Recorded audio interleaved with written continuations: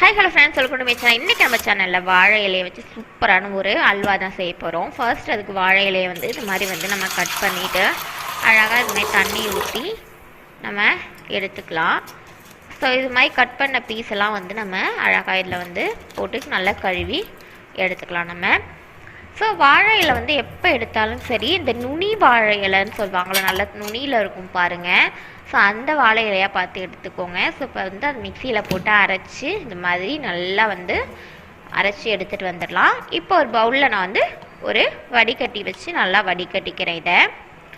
So இந்த நமக்கு மேலே இருக்க அந்த சக்கை எல்லாம் தேவைப்படாது, கீழே வந்து இருக்க அந்த சாறு மட்டும் போதும். அதை வச்சு தான் நம்ம அல்வா செய்ய போகிறோம். சூப்பராக இருக்குது பாருங்கள். இப்போ வந்து அதுக்கு ஒரு 4 ஏலக்காய், கொஞ்சம் சுகர் போட்டு நல்லா வந்து நுணுக்கி வந்து எடுத்துக்கலாம்.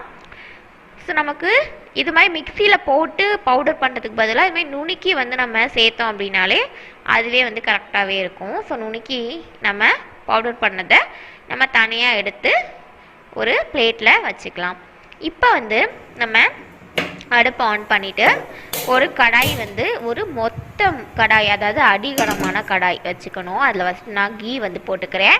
ஸோ ஒரு 4-5 முந்திரி பருப்பு வந்து நம்ம சேர்த்துக்க போகிறோம். அது கூட நீங்கள் வந்து முந்திரி, பாதாம், பிஸ்தா எது இருந்தாலும் சரி, இது மாதிரி நெய்யில் வந்து போட்டு நல்லா வந்து பொன்னிறமாக வர வரைக்கும் வறுத்து எடுத்துக்கோங்க. திரும்ப அதே வானலில் நம்ம ஜூஸாக எடுத்த அந்த வாழை இலை ஜூஸை வந்து நம்ம ஊற்றிக்க போகிறோம். ஸோ இங்கே இது மாதிரி வந்து நல்லா வந்து ஃப்ளேம் வந்து ஹையில் வச்சு ஊற்றிட்டு ஒரு 200 கிராம் நான் வந்து சுகர் வந்து சேர்த்துக்கிறேன். அதாவது 1/4 கிலோவுக்கு கொஞ்சம் கம்மியாக.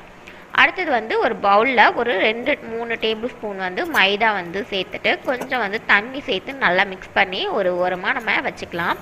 ஸோ நல்லா கொதி வந்ததுக்கப்புறமேலு நம்ம இங்கே பாருங்கள், சுகர்லாம் கரைஞ்சி கொதி வந்ததுக்கப்புறம் நம்ம இப்போ மிக்ஸ் பண்ணி வச்சுருக்க அந்த மைதா மிக்ஸை வந்து இதில் நம்ம ஊற்றிக்கணும்.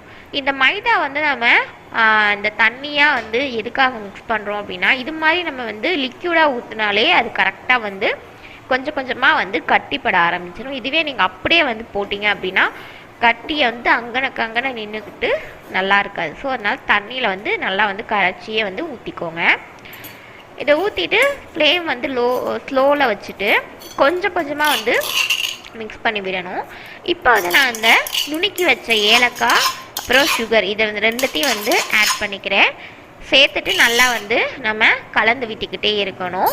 இதுக்கு நம்ம ஃபுட் கலர் சேர்க்கணும்லாம் அவசியமே கிடையாது. ஏன்னா நமக்கு வந்து நல்ல ஒரு க்ரீன் கலர் இருக்குது. ஸோ ஃபுட் கலரே தேவையில்லை, நமக்கு நேச்சுரல்